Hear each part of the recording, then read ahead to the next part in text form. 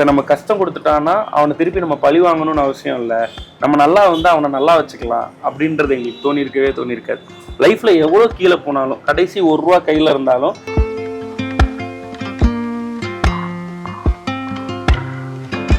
அவர் என்ன சொல்றாருன்னா, உங்களை என்ன சொல்றது, வாழ்த்துறதா பாராட்டுறதா பிலீவ் பண்ணவே முடியும். 50 hours எப்படி நான் ஸ்டாப்பா அப்படிங்கிறாரு. நான் அடுத்து கேட்குறேன்,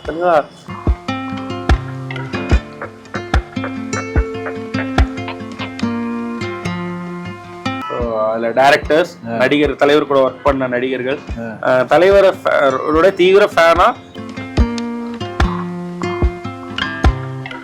சுத்தமா இதுவரையிலும் அவரை பத்தி பேப்பர்ல வந்திருக்குது, அவரை பத்தி கொடுத்த இன்டர்வியூஸ், அவர் கொடுத்த இன்டர்வியூஸ், ஸ்டேஜ்ல அவர் பேசினதுன்னு எல்லாத்தையும் எடுத்தாங்க. ஆனா தேவா சாரோட மேடைன்னு நாங்க யாருமே யோசிச்சு பார்க்கல. தேவா சாரை கொண்டாடணும். ஏன்னா நான் ரேடியோக்கு போனதுல இருந்து என் மைண்டுக்குள்ள ஒரு சப்கான்சியஸா ஒரு தாட் இருந்துட்டே இருக்கு.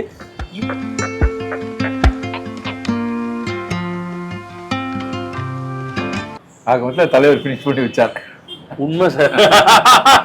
நான் ஆனா போனை பாக்கல சார். நீங்க எனக்கு 6:30 அனுப்பிட்டீங்க. 7 மணிக்கு தான் ஆக்சுவலா நான் முடிச்சேன் ரெக்கார்ட் அட்டெம்ப்ட். ஆனா நான் போனை பார்த்தது 1 hour லேட்டாவா பார்த்தேன்.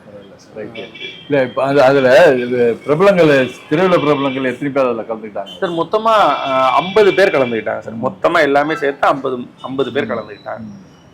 அதுல டைரக்டர்ஸ், நடிகர், தலைவர் கூட ஒர்க் பண்ண நடிகர்கள், தலைவரோட தீவிர ஃபேனா, டெலிவிஷன்ல பெருசா இருக்கக்கூடிய ஸ்டார், ஆர்ஜேஸ் ஒரு 6-7 பேர் வந்திருந்தாங்க. ஸோ அப்படி ஓவரால் ஒரு 50 பேர். தேசிங் பெரியசாமி மாதிரி, ஆமா, தேசிங் பெரியசாமி சார் மாதிரி தீவிரமான தலைவர் வெறியர்கள் அவங்கெல்லாம் வந்திருந்தாங்க. இப்போ அந்த 2 நைட்டு, இந்த 48 மணி நேரத்துல இந்த 12 மணி நேரங்கள் அது டெலிஃபோன்லயே உங்களை எங்கேஜா வச்சிருந்துன்னு சொன்னீங்க இல்லையா?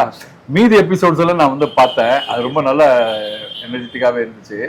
இந்த எபிசோட் நீங்க அதை இன்னும் அப்லோட் பண்ணல சார்? போட்டுக்கிட்டே இருக்கும் சார். அது நிறைய இருக்கு சார். கண்டென்ட் 50 மணி நேரம் கண்டென்ட்ங்கிறதுனால அது வந்து அந்த மாதிரி நிகழ்ச்சி பார்த்தீங்கன்னா எந்த சேனல்லுமே இருக்காத ஒரு கண்டென்ட். அது எல்லாருமே ரொம்ப புதுசா, ரொம்ப அனுபவபூர்வமா மட்டும் இல்ல ஆக்கப்பூர்வமாகவும் இருக்கும் அப்படின்னு நான் போட்டுக்கிட்டே இருக்கோம் சார். இன்னும் நிறைய கண்டென்ட் இருக்காதுல. நான் வந்து இதுல ஒரு விஷயம் எனக்கு ரொம்ப பிடிச்ச விஷயம் என்னன்னா, இதுல தலைவருடைய மொத்த ஹிஸ்டரியில இருந்தும் நிறைய விஷயங்கள் ட்ரிவியாஸ் கலெக்ட் பண்ணது. அதை ஃபுல்லா நான் பேசியிருக்கேன் நடுவுல. அதெல்லாமே இன்னும் நான் போடல. வெறும் செலிபிரிட்டி இன்ஸ்ட்ராக்ஷன்ஸ் மட்டும் தான் இப்ப நம்ம போட்டுக்கிட்டு இருக்கோம் யூடியூப்ல. இன்னும் நான் தனியா பேசினது அது இருக்கு. ஒரு 120 பக்கம் நான் பேசியிருக்கேன். அந்த 120 பக்கத்தோட கண்டென்ட் இருக்கு. நான் பேசாத ஒரு 100 பக்கம் கண்டென்ட் இருக்கு. அதுல பேசாதது அது இது பிளஸ் செலிபிரிட்டிஸ் பேசினது, ஃபோன் கால்ஸ், இதெல்லாம் சேர்த்து அப்படியே அந்த 50 hours மினிமம் ஒரு 35 hours ஆகுது ஒரு கண்டென்ட்டா பண்ணி அதை வந்து நான் ஒரு ஸ்டோரேஜ் மாதிரி நம்மளோட பிஎஸ் வேல்யூ ஓடிடில அது இருக்கணும்னு நினைக்கிறேன் சார். ஏன்னா அது வந்து நாளைக்கு இப்ப இந்த வருஷம் ஃபுல்லா தலைவர் கொண்டாட போறாங்கல்ல, அவங்கள யாருக்கு என்ன ரெஃபரன்ஸ் வேணும்னாலும் இதுல இருந்து எடுத்துக்கலாம். அந்த மாதிரி ஒரு கண்டென்ட்கான ரெஃபரன்ஸா நம்ம அப்படி தேடி எடுத்தோம். அந்த 10 நாள் நம்ம பசங்க பயங்கரமா வேலை செஞ்சு அது ஒரு 250 பக்கம் கண்டென்ட்டா எடுத்தாங்க. மொத்தமா இதுவரையிலும் அவரை பத்தி பேப்பர்ல வந்திருக்குது, அவரை பத்தி கொடுத்த இன்டர்வியூஸ், அவர் கொடுத்த இன்டர்வியூஸ், ஸ்டேஜ்ல அவர் பேசினதுன்னு எல்லாத்தையும் எடுத்தாங்க. அது எல்லாத்தையும் பேசியிருக்கேன். நான் பாதி பேசிட்டேன், இன்னும் கொஞ்சம் பேசணும். அதையும் சேர்த்து மொத்தமா இதை நான் வந்து அப்லோட் பண்ணணும்னு நினைக்கிறேன் சார். பிளாக் ஷீப் வேல்யூ ஓடிடில நீங்க சொன்ன உங்க டீம் அல்ல கண்டென்ட் எடுத்ததுல வந்து என் சேனல் எத்தனை பேர் பார்த்தாங்க, எத்தனை பேர் எடுத்தாங்கன்னு தெரியல. ஏன்னா என்னுடைய சேனல்ல நான் இந்த சூப்பர் ஸ்டார் சண்டே அப்படின்றத அபூர்வ ராகங்கள் ஆரம்பிச்சு ஜெயிலர் வரைக்கும் பண்ணியிருக்கேன். Super sir. அதுல பாத்தீங்கன்னா அந்த நேரத்துல ஒன்லி பிரிண்ட் ரிவ்யூஸ் மட்டும் வந்து வேற எதுவும் கிடையாதுனால ரிவ்யூவா இல்லாம அந்த படங்களை பார்த்து படத்தை பத்தி சில விஷயங்கள், படத்துக்கு பிஹைண்ட் மூவி ஒரு சீன்ஸ் நம்ம சொல்லிட்டு பல விஷயம் அதுல பாத்தீங்கன்னா இப்போ கூட உங்க நண்பரை பார்த்து பிரபு கிட்ட சொல்லும்போது உழைப்பாளி எபிசோடு காமிச்சாங்க. ஓகே, பாத்தீங்கன்னா அந்த உழைப்பாளி ஆரம்பிக்கிறதுக்கு முன்னாடி என்ன போராட்டங்கள் இருந்துச்சு, தலைவருக்கு எவ்வளவு எதிர்ப்புகள் இருந்தது வினோசர்கள் சைட்ல இருந்தெல்லாம், அதெல்லாம் மீறி எப்படி பெப்சிலாம் ஒத்துழைச்சாங்க. அந்த ஓப்பனிங்காக இவர் நம்ம நாகிரெட்டியார் எப்படி கொண்டாடினாரு, எத்தனை நடிகர்கள் அதில் கலந்து கொண்டான்னு ஒரு பெரிய அதில் கட்டிங்ஸ் அதெல்லாம் அது மாதிரி என்னோட எபிசோட பாத்தீங்கன்னா அவ்வளவு கண்டென்ட் அதுல இருக்கும். So every Sunday super star Sunday அது ஜெயிலர் வரைக்கும் பண்ணி முடிச்சிட்டேன். Super sir. தமிழ் மட்டும் ஃபுல்லா பண்ணிருக்கேன். அதர் லாங்குவேஜஸ் இன்னும் பண்ணல. அது பண்ணிருந்தேன். அது சார் இந்த பதிவு ரொம்ப முக்கியம் சார். ஏன்னா அடுத்த ஜெனரேஷனுக்கு இவரை கொண்டாடுறோம்னா இவ்வளவு கொண்டாடுறோம்னா என்ன இருக்குன்னு தெரியணும்ல. அவன் 4 டேட்டாவை கேட்டோடனே அசந்து போறான்.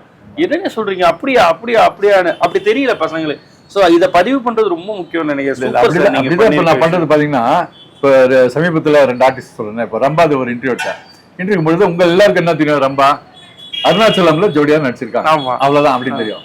நான் வந்து அவங்ககிட்ட கேட்கும்போது ஒரு கேள்வி கேட்டேன், எப்பமா நீங்க சூப்பர் ஸ்டார் ஃபர்ஸ்ட் சந்திச்சிங்கன்னு. சார் அது வந்து அப்படி இப்படின்னாங்க, அதனால ஷூட்டிங் கூப்பிட்டாங்க. வாகினி ஸ்டுடியோவில் உழைப்பாளி ஷூட்டிங் நடந்துட்டு இருக்கும்போது ஏவிஎம் முரளின்னு ஒரு மேனேஜர் கூட்டிட்டு வந்து உங்களை இன்ட்ரடியூஸ் பண்ணி விட்டாரு, தலைவரை பார்த்தீங்களா அப்படி ஞாபகம் இருக்கா, வள்ளி படத்தோட ஆடிஷனுக்கு நீங்க வந்தீங்க அப்படின்னா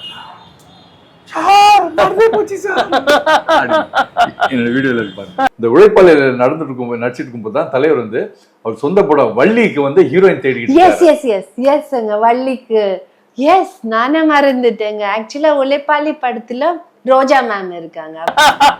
ஏன்னா அந்த நேரத்துல அங்க நான் இருக்கேன் ஸ்பாட்ல.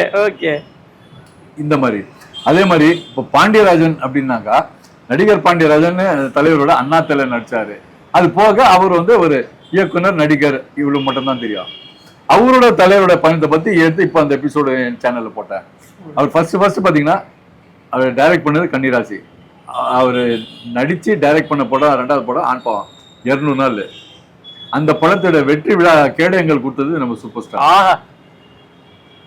இது மக்களுக்கு யாருக்குமே தெரியாது.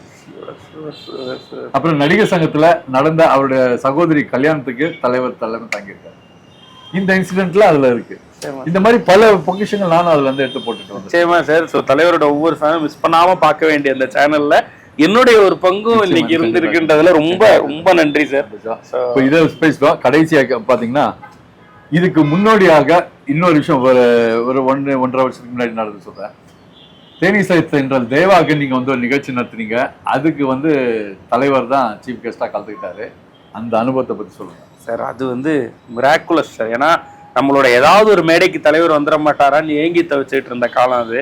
சரி, அதுக்கான மேடை உருவாகும் அப்படின்னு நான் நம்பிக்கிட்டே இருந்தேன். ஆனா தேவா சாரோட மேடைன்னு நாங்க யாருமே யோசிச்சு பார்க்கல. தேவா சாரை கொண்டாடணும். ஏன்னா நான் ரேடியோக்கு போனதுல இருந்து என் மைண்டுக்குள்ள ஒரு சப்கான்சியஸா ஒரு தாட் இருந்துகிட்டே இருக்கு, இவ்வளோ நல்ல பாட்டு. ஏன்னா நான் ரேடியோவில் அதிகமாக ப்ளே பண்ணது தேவா சார் பாட்டு ப்ளே பண்ணுவேன். Evening 4 to 6 show. அதனால நிறைய என்ன சாங்ஸ்னாலும் ப்ளே பண்ணலாம், புது பாட்டு பண்ணணும்னு அவசியம் இல்லை. ஸோ நான் நிறைய ராஜா சார் பாட்டு, தேவா சார் பாட்டு. தேவா சார் இத்தனை மெலடி, இத்தனை ஹிட், இவ்வளோ பாட்டு கொடுத்துருக்காரு. இவரை ஏன் யாருமே செலிப்ரேட் பண்ண மாட்டேங்கிறாங்க? ஒரு லிஸ்ட் ஆஃப் மியூசிக் டைரக்டர்ஸ்னு பேர் எடுத்தா அந்த 90s எரால இவரை விட்டுட்டு நம்ம எப்படி கொண்டாட முடியும் தமிழ் சினிமாவை? அப்போ இவரை ஏன் கொண்டாடலன்னு எனக்கு ரொம்ப நாள் இதை நான் நிறைய பேர்கிட்ட பேசியிருக்கேன். அப்போ நம்மளால ஒரு கட்டம் வரும்பொழுது நம்ம ஏதாவது பண்ணலான்னு ஃபர்ஸ்ட் அவர்கிட்ட போய் ஒரு கான்செப்ட் பண்ணலான்னு தான் பேசுறேன். அந்த கான்செப்ட் பண்ணலான்னு பேசணும், அது நடக்க மாட்டேங்குது. அதுக்குள்ள கோவிட் வந்துருச்சு. கோவிட் முடிஞ்சு திருப்பி போய் பேச போறப்ப அக்டோபர் நெருங்கிருச்சு. அப்போ வந்து நவம்பர்ல ஒரு பர்த்டே, நவம்பர் 20 ஒரு பர்த்டே. ஸோ அப்போ நான் ஆகஸ்ட்ல அவரை போய் மீட் பண்றேன். பண்ணா நவம்பர் 20 பர்த்டே. அப்போ ஏதாவது டேட் போலான்னா செப்டம்பர் அக்டோபர்லாம் யோசிச்சுட்டு நவம்பர் 20 பிறந்த நாள் வருதுன்னு நான் கேட்குறேன். நவம்பர் 20 பண்ணிக்கலான்ட்டார். அப்படியே அது கொஞ்சம் பெருசாகுது. இன்னொருத்தவங்க கூட சேர்றாங்க. சேர்ந்து நாங்களும் அவருக்கு ஏதாவது பண்ணணும்னு இருக்கோம், தேவசருக்கு ஏதாவது பண்ணணும்னு இருக்கோம், என்ன பண்ணலாம் அப்படின்னா சரி அப்போ அது ட்ரிபியூட் ஈவெண்ட் ஆக்கலாம். வெறும் கான்செப்டா இல்லாம ஒரு ட்ரிபியூட் ஈவெண்ட் மாதிரி. அவரோட பர்த்டே வேற வருது. 33 வருஷத்துக்கு அப்புறம் அவரு கான்செப்ட் பண்றாரு சென்னையில. கான்செப்டே பண்ணதில்லை அவரு. இது எல்லாத்தையும் சேர்த்து செலிப்ரேட் பண்ணலாம். சரி ஓகேன்னு அப்படியே பெருசாகுது. எல்லாரையும் கூப்பிட ஆரம்பிக்கிறோம். நீங்களும் நிறைய சப்போர்ட் பண்ணீங்க அதுல. ஸோ மும்தாஜ் மேம்ல இருந்து இதுல இருந்து நிறைய பேரை நீங்களும் இது பண்ணீங்க. நம்ம அப்படியே ஒவ்வொருத்தரையா அப்ரோச் பண்றோம், பேசிக்கிட்டே இருக்கோம். அப்போ தேவசார்ட்ட நாங்க சொல்றோம், சார் நீங்க ஒரு வார்த்தை போய் தலைவரை கூப்பிட்டுங்க அப்படின்னு சொல்றோம். எனக்கு ஆனா உண்மையிலே தலைவர் வருவாருன்ற எண்ணத்துலாம் இல்லை. ஆனா செலிப்ரேஷன் பெருசா இருக்கணும்னு யோசிச்சிருக்கோம். ஏற்கனவே நேரு ஸ்டேடியம் போட்டோம். சொல்லப்போனா அந்த ஈவெண்ட் ஆரம்பிக்கிறப்ப எல்லாரும் எங்களை திட்டுறாங்க, தேவா சாருக்கு எப்படிடா நேரு ஸ்டேடியம் எப்படி ஃபில் பண்ணுவீங்க, எப்படி வருவாங்க, நம்ம பசங்களுக்கு தெரியாது, இன்னைக்கு யார் டிக்கெட் வாங்க, இவ்வளோ கேள்வி இருக்கு எங்களுக்கு பின்னாடி. ஆனா எனக்கு இல்ல அவர் அங்கதான் கொண்டாடணும். எல்லாரும் சொன்னாங்க சின்னதா பண்ணலாம்ல, லேடி ஆண்டால பண்ணலாம். இல்ல நம்ம பெருசா தான் பண்ணணும். ஏதோ ஒரு கட் ஃபீல் நமக்கு, அவரை பண்ணணும், அதை பெருசா தான் பண்ணணும். போயிட்டே இருக்கு, நாட்கள் போகுது. அப்ப நான் இது மாதிரி திடீர்னு ஒரு தேவா சார்ட்ட சொல்றோம், போய் பாருங்க. அவர் ஃபர்ஸ்ட் மறுக்கிறாரு. அது எப்படிமா நானே போய் கேட்கறது? அவர் தான் தெரியல sir, genuine to the core sir. அந்த மனுஷனை கொண்டாடணும்னு நினைச்சிட்டு அதுக்கப்புறம் போய் அவர் அப்ரோச் பண்ணும்போது நேர்ல பேசினதுக்கு அப்புறம் எனக்கு வந்து இவரை விட்டுறவே கூடாது, நம்ம எவ்வளவு கஷ்டப்பட்டாலும் இதை நம்ம பண்ணிடணும், அப்படி ஆயிட்டேன் நான். அவ்வளவு நல்ல மனசு அவருக்கு. ஸோ அவர் போய் பேசினோன்னா அவர் தயங்கினாரா. அப்புறம் அவரே சரிம்மா நான் போறேன் அப்படின்ட்டு போனேன். நான் போறப்ப சொல்லிவிடுறேன், சார் அவர் வர முடியாட்டியும் பரவாயில்ல, ஒரு பைட்டாவது கேட்டு பாருங்க, ஏன்னா நம்ம ஷோல அந்த பைட் பிளே ஆனா கூட நல்லா இருக்கும். அவர் போனாரு. 15 நிமிஷமோ 20 நிமிஷமோ தான் அந்த மீட்டிங் முடிச்சுட்டு வெளியில வந்துட்டாரு. வெளில வந்து எனக்கு உடனே 15 நிமிஷத்துல என்ன சொல்லியிருப்பாரு இவரு, தலைவர் எப்படி ஒத்துக்குவார், இப்படிலாம் எனக்கு மைண்ட்ல ஓடிட்டு சரி ஓகே அவர் சொல்றாரு, சொல்லிட்டு வந்துட்டேம்மா, தலைவர் சொல்றேன்னு சொல்லியிருக்காரு அப்படின்னு. அப்போ கூட எனக்கு நம்பிக்கை இல்லை. ஆனா உள்ள என்ன கான்வர்சேஷன் நடந்ததுன்னு அப்புறம் தான் நான் கேட்டேன். அதுக்கு நடுவுல இங்க வந்துட்டாரு சார் வீட்டுக்கு வந்துட்டாரு. அதுக்கப்புறம் ஒரு 2-3 ஹவர்ஸ்க்குள்ள நீங்க கால் பண்ணிட்டீங்க. நீங்க கால் பண்ணி இங்க ஜேபிட்டையோ யார்ட்டையோ நம்ம டீம்ல சொல்லிட்டீங்க தலைவர் வரேன்னு சொல்லிட்டாரு அப்படின்னு. அது ஃபர்ஸ்ட் ஷாக் எங்களுக்கு. 2வது ஷாக் அவர் வரேன்னு சொல்லி பப்ளிசிட்டி பண்ணிக்க சொல்லிட்டாரு அப்படின்னு. அது நடந்து நான் பார்த்ததே இல்லை அப்படி ஒரு விஷயம். அவர் வராரான்றதே ஒரு ஈவெண்ட்டுக்கு 2-3 டேஸ் முன்னாடி, சில ஈவெண்ட்லாம் அன்னைக்கு மார்னிங் தான் தெரியும் அவர் வராரான்றது. ஆனா முன்னாடி சொல்லி 20 நாள் முன்னாடி சொல்லி அதை பப்ளிசைஸ் பண்ணிக்கங்கன்னு சொல்றாருன்னா என்னன்னு பார்த்தா ரிவர்ஸ்ல போய் அந்த கான்வர்சேஷன் என்னன்னு கேட்குறேன்.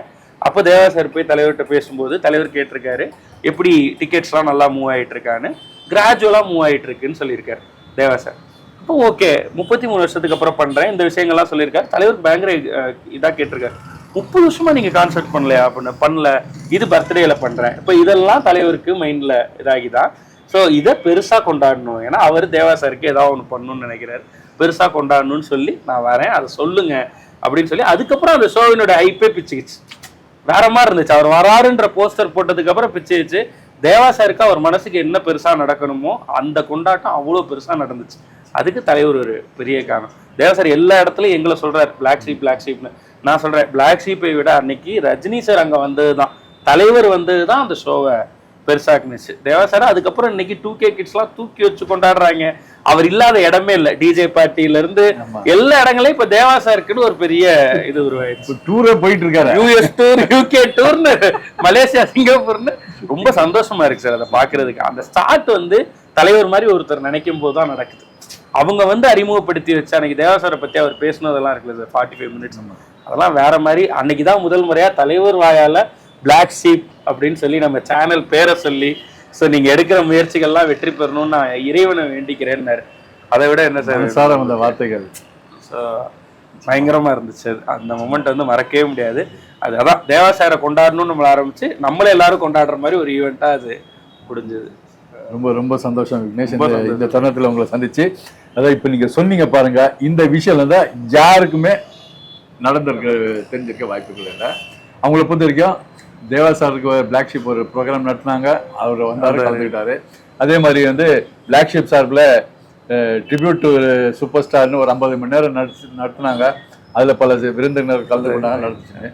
அதை தாண்டி அதுக்கு முன்ன பின்ன அதில் நடந்த சில சுவாரஸ்யமான சம்பவங்கள் எல்லாமே உங்களுடைய பேட்டி. ரொம்ப சந்தோஷம் சார். நான் நிறைய இன்டர்வியூஸ் கொடுத்துட்டு தான் சார் இருக்கேன். ஆனா சந்திரமுகியா மாறி இப்ப நான் ஒரு இன்டர்வியூ கொடுத்துருக்கேன் சார். நான் வந்து ஃபுல் எக்ஸைட்மெண்ட் மோட்ல இந்த ஷோ இந்த இன்டர்வியூல எங்க வச்சு பாத்தீங்கன்னாலும் நான் வந்து கங்கா வந்து சந்திரமுகியா மாறினதை நீங்க பாத்துருக்க முடியும். அது ஏன்னா உங்க கூட உட்காந்து பேசுறப்ப அந்த எனர்ஜி அந்த எக்ஸைட்மெண்ட் எனக்கு தலைவர்கிட்ட நான் ஒரு விஷயம் யோசிச்சுக்கிட்டே இருப்பேன் சார்.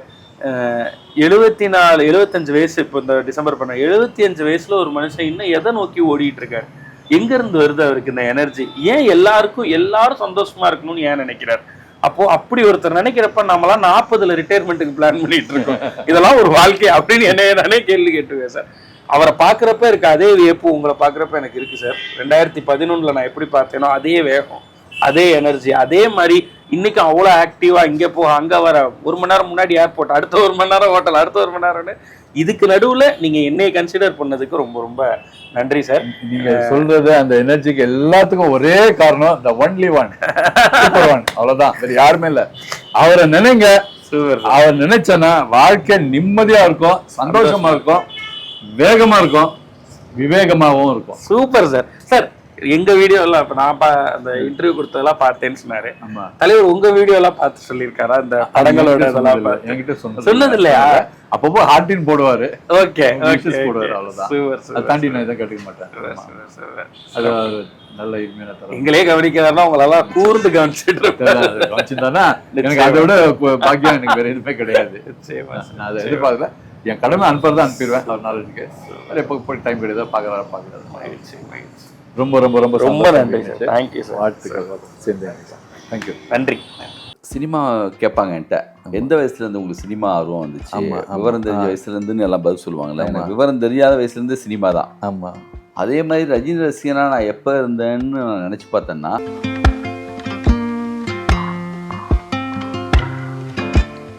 அவருக்கும் கண்ட பர்சன் நம்மளை பார்த்தோன்னே இவன் நம்மளை ஃபாலோ பண்ண ஒருத்தன் அவருக்கு தெரிஞ்சிடும்.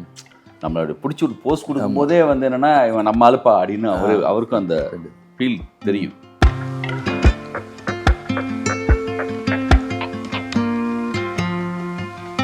அதுக்கு அப்போ தான் நாங்கள் ஷிஃப்ட் ஆகி இங்கே வரோம். நம்ம மதுரையிலேருந்து ராமநாத் டிஸ்ட்ரிக்ட்லேருந்து கும்பகோணம் வர்றோம். ஓகே. அங்கே வந்துட்டு ரேடியோவில் விளம்பரம் வரும்.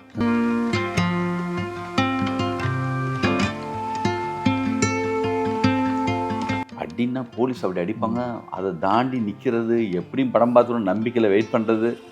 மாப்பிள்ளை படம் பார்க்க போகிறப்ப நான் உள்ளே போயிட்டேன். போஸ் வெளியில் மாட்டிக்கிட்டாங்க. அந்த ஏரியாவில் ஒரு கொஞ்சம் ரவுடிசமான ஒரு ஏரியாவாக இருக்கும், தேவி தேட்ரு. அங்கே தம்பி அடிச்சிட்டாங்க. நான் உள்ளே படம் பார்த்துட்டு இருக்கேன்.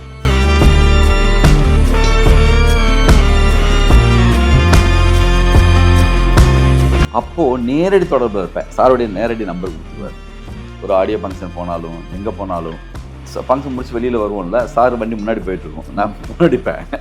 சார் பேசலாமா, மெசேஜ் போட்டு அப்படிலாம் கிடையாது, ஸ்ட்ரெயிட்டாக அடிப்பேன்.